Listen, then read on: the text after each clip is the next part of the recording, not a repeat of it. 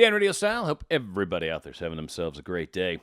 Having patience while waiting for our manifestation to come to fruition, right? Like, someone had asked me about this, and I was like, wow, it's a great question. And there's a lot of things that come into play here. It's not just a simple, well, let me come up with some ideas. Why don't you play solitaire? Maybe get into video games, right? It's like, it's not an issue of necessarily keeping busy. That's part of it. It's not necessarily just an issue of self-love and making sure you're doing this all for the right reasons. Nope, not totally all of that either, even though that's very much a part of it. But some of it comes down into the whole question of, why is the patience concept an issue, right? And this gets into one of the core issues that I talk about frequently, which is this need to have it happen quickly. Need it now. It's gonna be now. Right? It's that energy. Some might call it desperation. Some might call it, I don't know, neediness. But it's that I have to have this in order to be whole. I have to have this in order to be happy. Happiness cannot come from within me because I'm waiting for this external thing to be happy. So let's tackle that aspect of it first, because without a doubt, that's really the core key issue. It's really looking at, why is it that I have to have this so quickly? Why does it need to be now? Why can't I wait a day, a week, a month? I get you want to be with them. I get that. I absolutely get that you want to be with them right now. And I get that waiting to be with them is absurd. Why would I wait for something that I want so desperately right now? I get all that. But if you could have something for the rest of your life and it required you to wait a week, or it required you to wait a month, but you could have it for the rest of your life at that point, would it be worth the wait? If, in fact, after waiting a month, a lot of things occurred during that month. There was this separation between the two of you, so there was this odd strengthening, not odd, but strengthening in the way you feel about each other, the love you feel for each other. And over that time, you've managed to look at your life and sort of reshuffle the deck. What works, what doesn't work, what do I want to keep, what don't I want to keep, what needs to be a part of our life versus my life. What if the very act of even waiting that caused me to ask questions like this and come up with answers and then live from that answer? What happens if I give you the thing right now and I take away all those lessons that you were going to learn?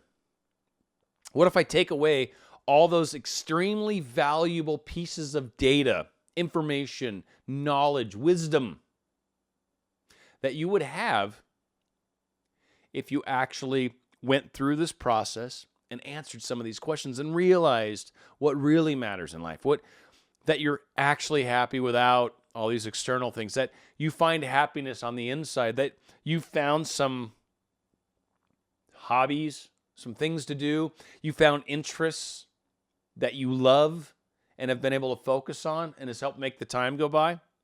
But no. Let's look at the fact that I didn't get what I want right at this very second, and let's look at how that is totally wrong. And I think that's where the core of this question comes from. A lot of times we get questions that, yeah, on the surface, that question's great. I don't know, I'm just making this up. What if law of attraction's wrong, right? Like, the question on its very surface is valuable and it's valid. Don't get me wrong. I'm not saying that question, or what if law of attraction's not real? Like, what if that question is, it's a valid question. What if it's not? It's the same issue, but when you get into law of attraction, to use this example and take it a hair further, when you get into it, when you spend time with it, when you actually manifest a few things, call it coincidence, call it whatever you need to from where you're standing, but you manage to create some things. You manage to actually see some connections between what I was thinking and what actually happened, between signs I was getting maybe, or indications, as I sometimes like to call it too, and things happening later on and occurring later on, and connecting those dots and starting to realize the power of my own focus. Yeah, what if law of attraction doesn't work? I get that. let's put that question aside for a moment. What about those of us that have actually gotten onto this path and spent time with it, even though there's naysayers, even though there's all sorts of people out there that say, you're crazy. You're out of your mind, dude. Or dudette, depending, right? That doesn't make their opinion correct, and it doesn't make their view correct. I've talked about also, you can take a house, right? And one side of the house, you've got maybe a fruit orchard. Maybe on maybe that's the south side of the house, right? The south side of the house, you got these fruit trees and all this. East side of the house, you got fountains, you got some beautiful like rose gardens, right? And west side of the house, you got, I don't know, a park maybe and some grass, maybe some swing sets for kids. And at the front of the house, like the front of the house, you got a nice, maybe a nice arch, little pillars, maybe kind of looks fancy. You've got a front yard, got a garage, got maybe flowers in the front too, whatever, right? And a walkway, it's beautiful, right? If you look at that house from any angle, east side, I look at it, west side, I look at it, south side, north side, I look at it, but that's the only angle I see. I'm not really seeing the house, am I? Now, I might look at that house and go, my God, they've got gorgeous rose gardens. I bet that place isn't very good for kids. Kids always get stuck on thorn bushes, right? They're going to go out there and they're going to go, mommy, it hurts, right? It's bleeding. Well, don't touch sharp things, first off, right? But if you saw that house from the other side, completely 180 degrees, I don't know if I just said west or east, whatever, right? But the side that's got the swing set and all that, you'd be like, oh my God, this is a perfect place for kids. Oh my God, kids are going to love this place. I probably should put a pool in the backyard. Of course, then you look at the backyard and you realize, oh my God, they've got these beautiful fruit trees. I don't want to dig those up. But any one of those angles by themselves is not a complete view of the house. It's not a complete understanding. You're seeing a component of it. You're looking at part of it. Same with law of attraction. It's a bunch of hooey. Doesn't work. It's a bunch of crap. Then you could look at it from the other directions where you kind of maybe have tried a few things, sort of standing around law of attraction, trying a number of the different theories and thoughts and parts and techniques and all this stuff. And you start to see some causation. You start to see that when I do this, this seems to happen. I don't know if they're connected, but when I do this, this seems to happen. What about when I do this over here? Oh, this is going to happen. We start to learn and play and discover and grow. So much like a lot of things, having patience is part of the process. Part of manifesting is not so much just getting the thing or the person. It's not. In fact, really, that's like, I teach this stuff for a very, very serious reason. Like, I'm very into the spiritual stuff. But what it matters to me, why I am so into this, why I do videos, why I have a channel, is because I see the power in us acknowledging that what we focus on is what we create. What we spend time thinking about is what we are going to create. But on top of that, it's that I'm a being that's here in life for a reason. Whatever that is, maybe you could define that however you want. I very strongly believe there's a reason to all this. And so I try to interact with life. I try to work with others. I try to see how I can be a part of what I'm experiencing. Things are happening to me for a reason, stuff I've created, maybe stuff I need to learn, maybe how I can interact and help others. Things are happening all the time, all around me. And that's part of life. And that's part of joy. And yeah, on top of all that, I'm trying to create and manifest all sorts of different things. Do I look at each one of those things and go, oh my God, my life is so incomplete because this thing that I want to manifest hasn't happened yet? Or do I look at it from the standpoint of, yeah, life's pretty groovy right now. I dig what I've got. Met a really cool person down at the coffee shop this morning when I was getting my coffee. Very random, never seen them before, but they happen to be there. I go there every day at the same time. Or maybe on one of my trips, bumped into somebody, one of my business trips, right? Or maybe when I got down to San Antonio where I spent a lot of time with work, I bumped into some people or I got to meet somebody new, someone that had a neat little slant on the way something works. And I learned and grew and developed and all that. But I'm still trying to manifest this thing over here. Why isn't that here yet? Life sucks. Oh, it's horrible. Everything sucks. My life is a wreck. No. It's friggin' coming. I don't worry about it. It's not a concern I have. It's not something I think about and go, I don't have this thing. I'm without this thing. I'm without this thing. I'm nothing.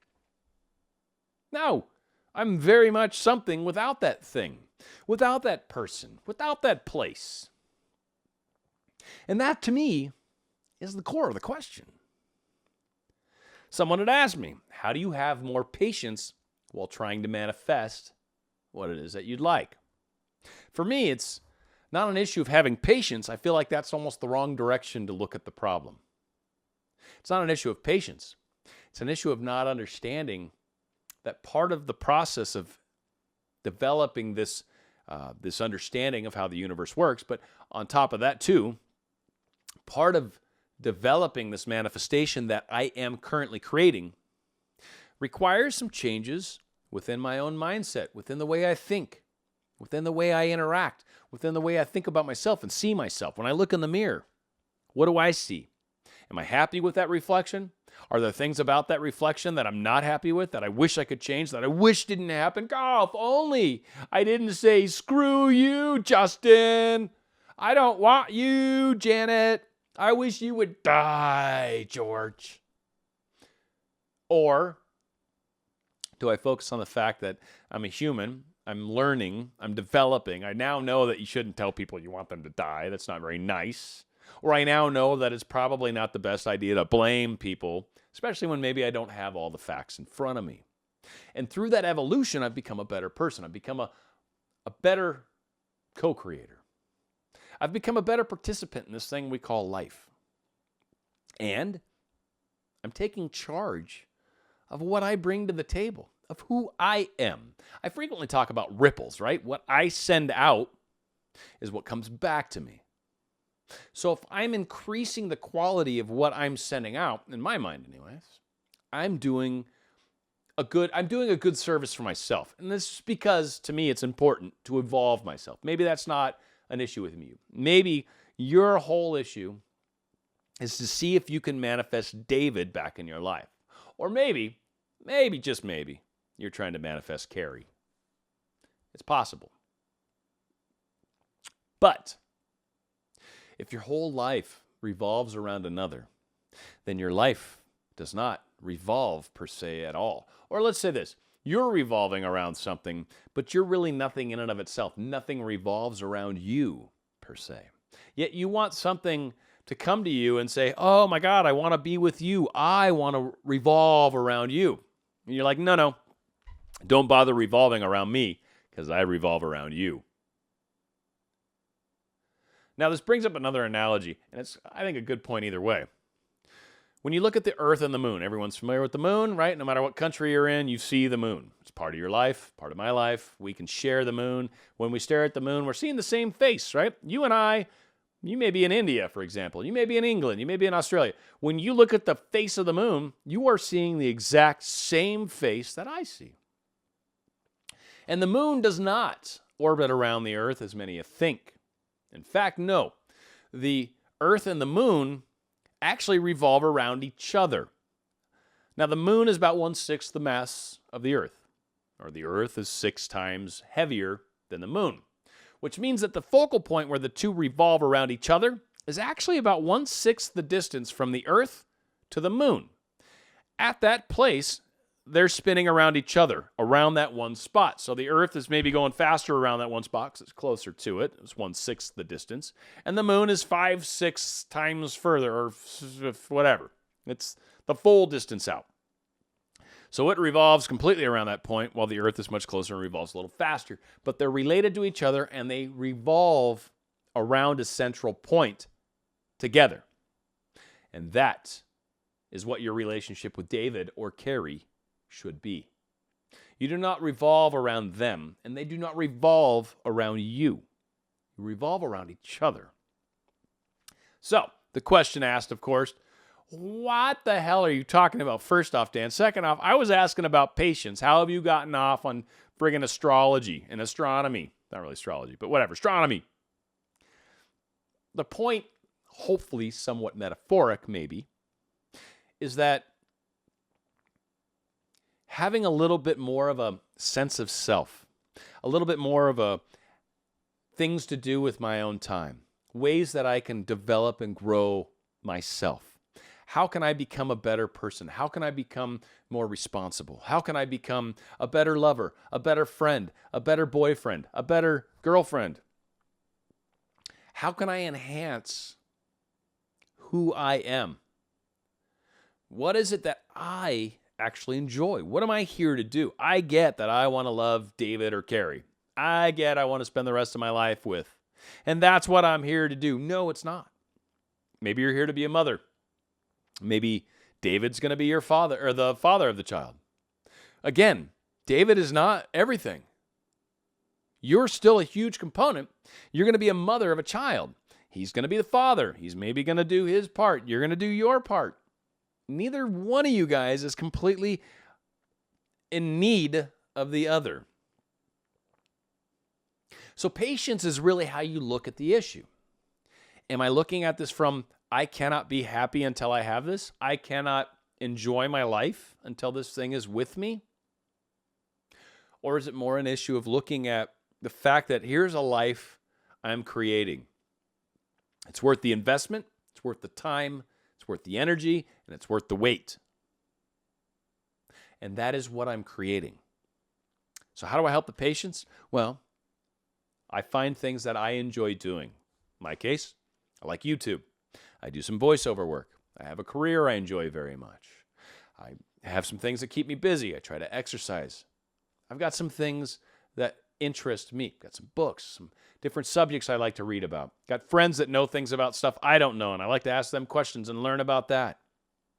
I've got some wealthy friends that I can talk to and hang out with from time to time and kind of understand their thinking process. I've got things that I do outside of my relationship with the person I care about. It's not an issue of patience as much as it is an issue of self-love. As much as we hate that term, we hate it. Why do you keep saying self-love? F you, Dan. I love myself so much, I'm going to tell you to F off. Even though it's kind of an odd way to show love. I get it. I do. And I also get a lot of people tell me that they've experienced and totally gone down the self-love path, and they get it and they understand it. And then they immediately follow up with some sort of question that's very limiting about themselves, very limiting about their situation, or possibly putting a lot of emphasis and pressure on this thing that they're manifesting.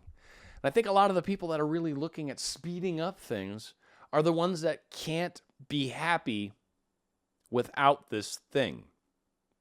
And you're missing the boat. You're not understanding any of the stuff I try to teach. You're really not understanding the really true depths of what law of attraction is. Again, we're sending out our energy, what we are. Yeah, I get we're focusing on a thing. We're trying to attract that towards us. But really, as I've talked about in recent videos, here's an object that is you and this person together again. Or you and this inanimate object united. Or you and this career. Or you and this large sum of money. Here is this thing where you and third party, other person, someone else, something else come together. You're putting energy on that. And that is what you are creating. That is what you are walking towards. That is what you're focusing on. That is what is often your horizon. And that is what you are thinking about. The fact that you haven't made it to your destination yet doesn't make your destination any less there, doesn't make it any less important, doesn't make it any less real. And certainly, yeah, of course, yeah, I want to get there. I'm excited to see it. Trying to get a trip to Disneyland, right? I'm excited to go to Disneyland. It's a week before. I'm looking forward to next week when I go to Disneyland. Yeah, doesn't help speed it up any. Doesn't actually get me to Disneyland any faster. Doesn't change what's going to happen to me in a week. And it really only affects what's happening to me right now, which is my desire to look at my separation of me and Disneyland and see a problem with that. Versus understanding that Disneyland's coming. I'm definitely going. It's definitely happening. I'll get there when I get there. I got some other stuff I got to focus on until next week. I got a job. I got chores to do. I got to clean my house. Got to do some dishes. Got to take a walk. Got to spend some time with people I care about. Oh, yeah. And then next week, I'm I'm going to go to Disneyland. It's happening. So the patience is the focus. The patience is the focus on the fact that next week I'm going to Disneyland. The patience is not on the focus of everything's cool, everything's groovy, I'm heading in the direction I'm heading, and here's what I'm doing right now to enjoy my day. And to me, that is the true part of this question. How do I enhance my patience? By seeing it differently. By changing how you look at this thing that you're creating, this life that you're creating. You keep seeing the separation of you and it. It's going to happen. It's happening when it happens. No sooner, no later. I promise you, it will happen the exact second it should. And in a lot of cases, and a lot of you out there, should be able to look back on when you finally do manifest this whatever this next step is. And you look back, and you'll be like, wow, if this would have happened any other way, I don't think I would have learned this. I wouldn't have learned this. I wouldn't have appreciated this. I wouldn't have forgiven this because I got to a place where it didn't matter anymore. Are you still holding dark in your heart? Let it go. That's going to help speed up the process. Are you putting them on a pedestal, putting so much pressure on them, making them something they're not, making them more than they are? That's slowing you down. That's going to cause you to question your patience as well. Or do you see the fact that this is happening? I am creating this. My life is happening because I know that when I buy a seed and I shove it in the ground and I put water on it, that seed's going to grow. I don't go out tomorrow and dig up the seed and say, it's not germinating yet. It's not working. The seed's broken. No, seed works fine. Seed works fine. Digging it up every day, definitely not going to speed it up. Let it stay in the ground. Keep adding water. Keep adding love. Keep looking at it and going, this is going to be a tree. As a great saying comes, for those who had the faith of a mustard seed. Mustard seed understands that it's a seed. It understands it's not a tree yet. It's not a mustard tree or plant. I don't really know what the hell mustard grows from. It's probably a plant. Let's call it a plant. The seed is not the end result. The seed is the genetic makeup. The seed is the preparation. The seed is where all of the things happen to then create the plant. That's what we're doing. We're doing the seed. We're loving the seed. We're watering the seed. We're planting the seed. We're patting the soil on top of the seed. Don't keep digging it up to see when the seed's going to grow. Understand, it's growing. It's happening. And eventually, it's going to poke up through the soil, and you're going to be like, and you're going to see the little leaves unfold. And life will take shape before your eyes, but not a minute before and not a minute after. It will happen exactly when it happens. Easy answer? Yes, relax. Relax. It's coming. Hopefully this helps, makes a difference for you. If you guys like what I'm doing, please subscribe if you haven't done that already. And in comments, one of the great things that you can do, and this might be a good time to plug my other channel. I'm going to be doing a video here soon, here in the next day or 2 or 3 or whatever. It's called On the Fringe. It's another channel. I'm just still going by Dan RadioStyle over there. But it's stuff that's going to be a little more on the crazier side, the more spiritual side. Couple examples. If you know something bad is going to happen, how do you behave? How do you move forward? Again, kind of an interesting topic. How about, we got levels of people that are awake. I'm trying to find the other ones, probably this direction. Here's a good couple that I got recently. How do you know someone is your soulmate? Something that I'm going to be doing a show on the other channel. Again, it's a little outside of the law of attraction, a little more into the spiritual stuff. If it's interesting to you, On the Fringe, check it out. I think I've only got 93 subscribers at this particular moment, but it's growing. It's one of those things. You start a new channel. So again, different stuff out there. So in the comments, please leave show topics, even stuff for this other channel. more than happy to cover those topics. And again, hope you guys join me on some of those other journeys. Slightly different topics, but still very much me, and still talking about spirituality, how we're evolving, how our energy interacts with other people's energies, and what we're here to do to maybe help the larger picture, as far as some of us are star seeds, maybe some of us are walk-ins, some of us are awakening. All those concepts get brought up on that channel. So again, it's called On the Fringe. I've got a link to the channel in the comments section below. So if you're interested, please join and check it out. Maybe subscribe. I've only got 2 videos there right now. I'm growing. It's a newer thing, and it's something that I'm trying to do videos on when I can.